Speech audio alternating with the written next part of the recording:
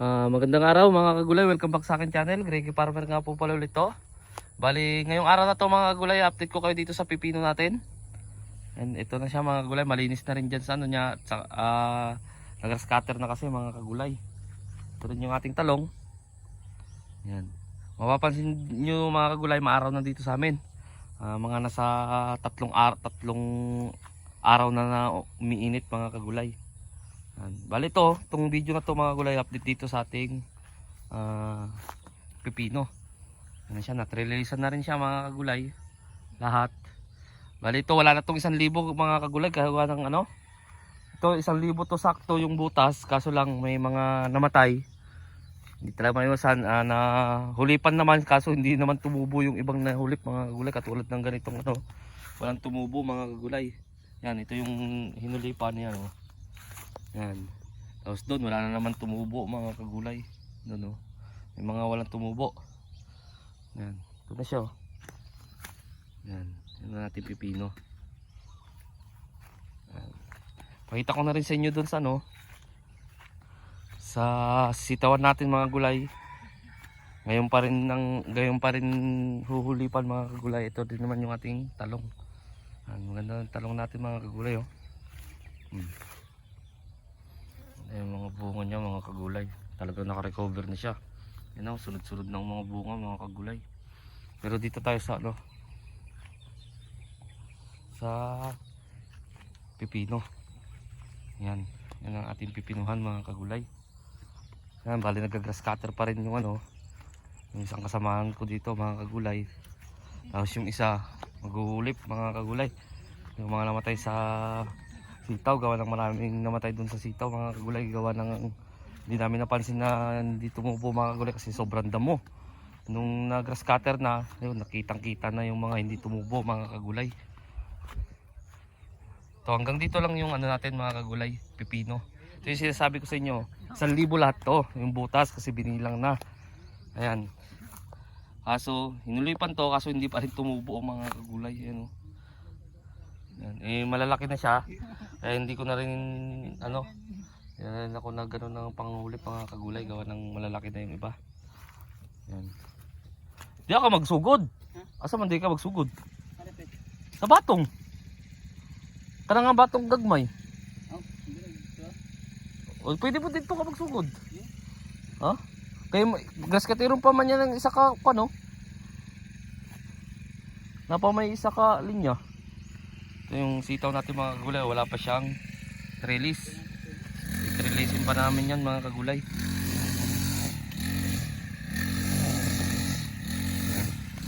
Nag-grass cutter mga kagulay, kaya medyo malinis na dito. Ayan yung nag-ano ng sitaw natin mga kagulay.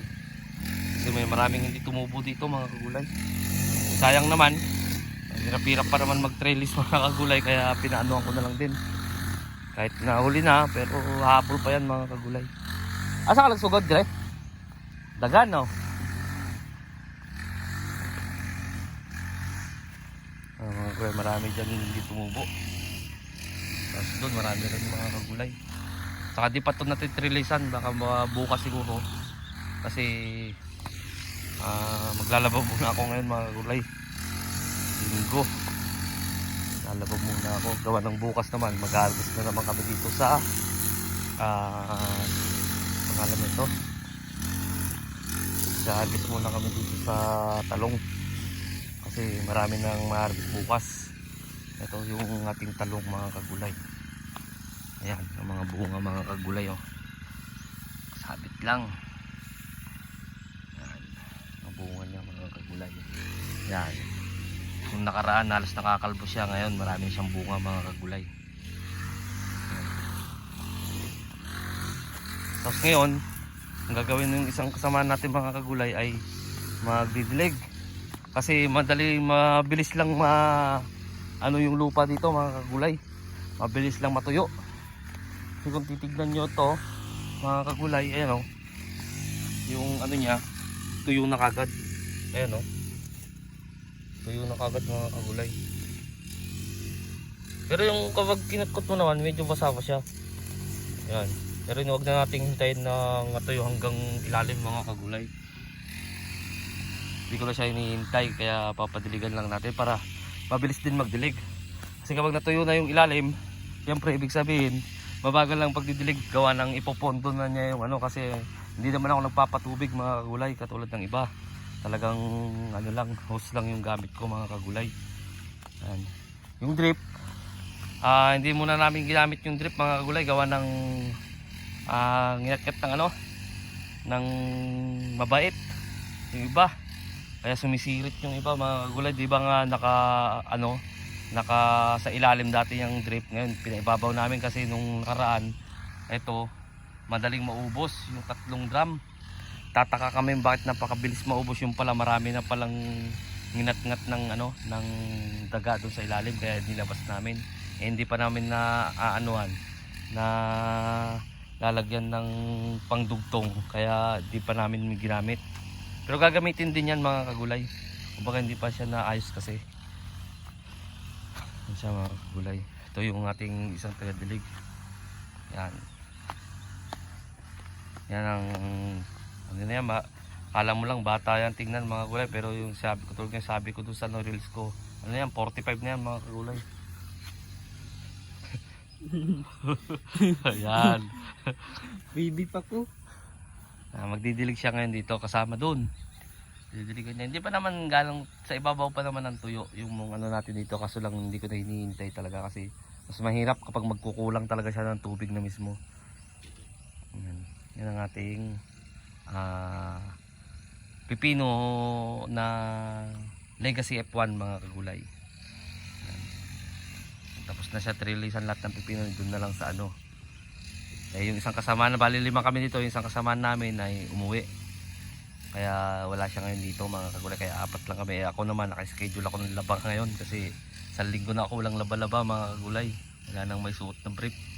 Kaya kailangan din natin maglaba mga kagulay.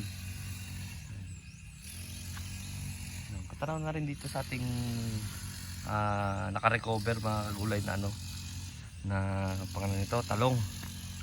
Yan na siya, ang itsura na ating naka-recover na talong. Ayan o, tingnan yung mga bunga niya mga kagulay. Yan, ang mga bunga niya mga kagulay. Ayun, mga nakasabit lang mga kagulay, maraming mga nakasabit. Ay yung nakaraan nga pala mga kagulay, umabot siya ng 200 mahigit. Ito bali 1.3 na lang to mga kagulay. 1.3, umabot siya ng 200 mahigit yung harvest natin. Ka 22 harvest kasi gawa nga na hindi ko na maano, alam nyo naman ako, diretsuhan ako, upload. Hindi na ako nag-e-edit, hindi na ako nagdudugtog ano, kaya di ko na nasabi kagad doon sa ano, sa vlog nung nakaraan, doon sa 22 harvest. Kaya dito ko na lang sasabihin mga gulay. Ayan. Mali 200 mahigit, mga sa 240 yata yung harvest mga gulay. Sa 1.3 na puno ng talong mga kagulay. Bumabalik na kasi yung pagkaano niya mga kagulay, kaya kasi kagaya nga mga sinasabi ko nung nakaraan, kapag halimbawa yung pangalawang bugso na, yung talagang pag maalagaan, yung talagang marami mga kagulay, mas marami pa siya sa mga pang-4 na harvest, kaya pang-8 harvest, mas marami pa siya mga kagulay. So nagdito na lang ako mga kagulay, na-update ko lang kayo dito sa mga tanim ko, dito doon sa sitaw, sa pipino, dito rin sa ano, nadaanan na lang din natin kaya pinakita ko sa inyo. Sa bago pa lang sa munting channel ko, huwag nyo kalimutang mag-subscribe. Click nyo na rin po yung notification bell para update kayo lagi sa gagawin kong video o kaya vlog dito sa aking pagtatanim. Maraming salamat po sa inyong lahat. God bless po sa ating lahat.